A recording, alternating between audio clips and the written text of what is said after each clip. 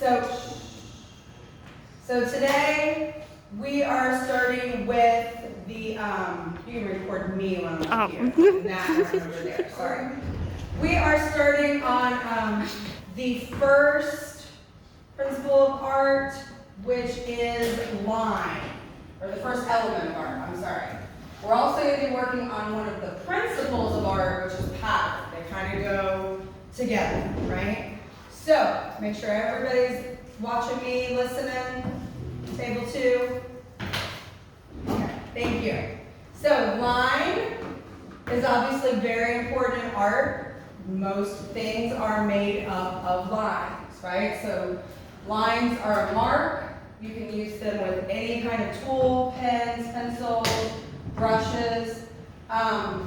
We find lines in nature. Lines are pretty much everywhere. So, in this painting right here, I know you can't see it that well, but sometimes you're going to see really thin lines, sometimes really big lines. We're working with thin lines today.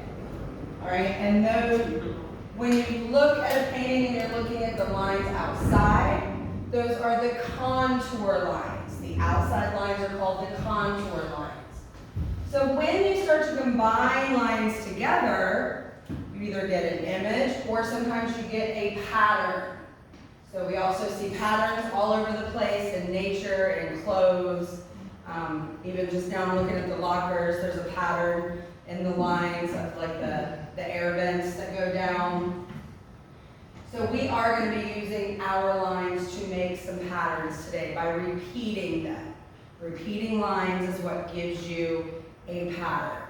So what you are going to work on today, and my recorder is going to record up here where I am, where you can see what I am doing.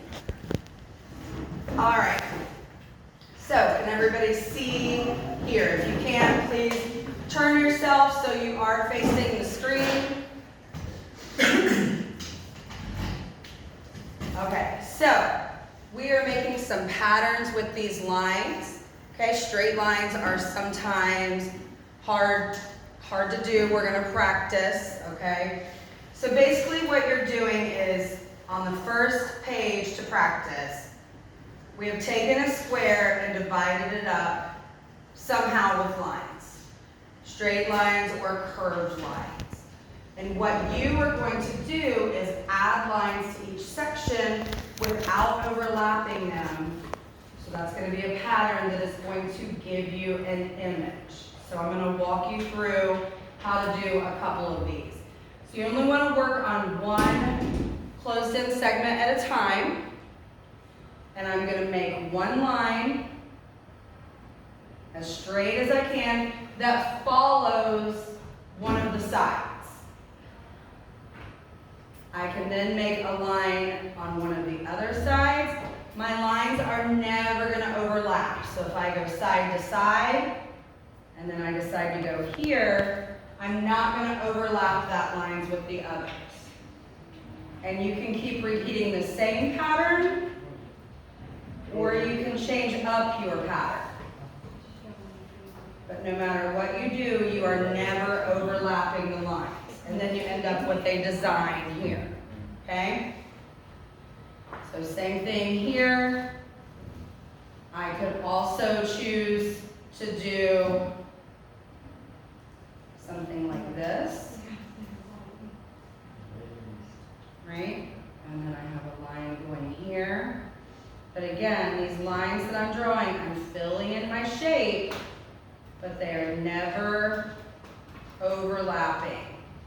And I'm making these kind of far apart so you guys can see it, but you want to be making them as close together as you can, and you end up with this pattern.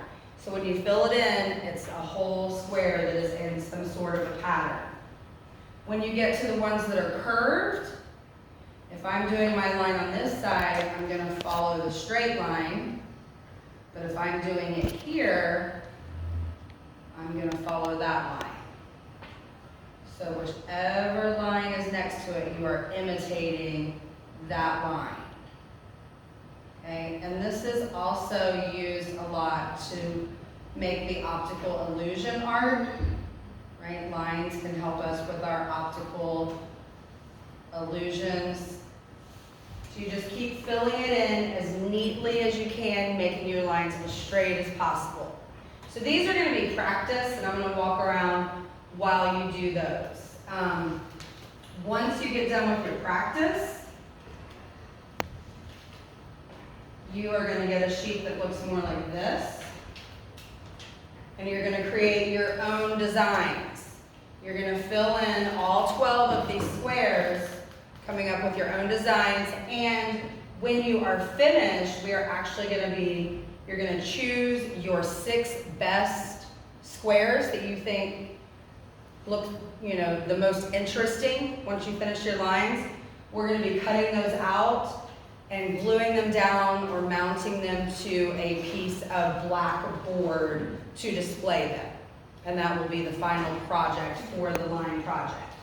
So your first step with your square is you have to divide it up. On these, they're already divided up for you. There's no real rule to how you divide it up, but I would suggest, it needs to be at least 3 sections, and you probably don't want to do more than 6. I would say probably 3 to 6 sections. So some ways you might divide it up are with, you can use lines that curve, straight lines. But it overlaps. I thought you said they came close. Okay, oh, good point. When you're doing your first lines that divide it, they can cross. But then once you start filling those sections in, they can't. Thank you, Caleb, that is a good point.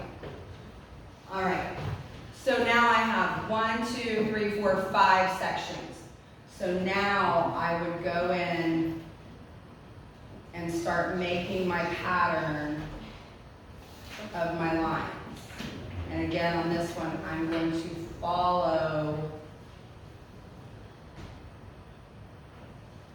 This is not how I usually have my paper when I'm drawing. It's a little challenging. But if I'm near this one, I'm going to follow that curved line. So you're going to come up with your own designs. So practice first. You're just filling in the sections. Once that looks good, I'll give you this paper where you're going to divide it up yourself and come up with your own designs. Your top 6 will be cut out and glued down for a display. All right, you can turn that off.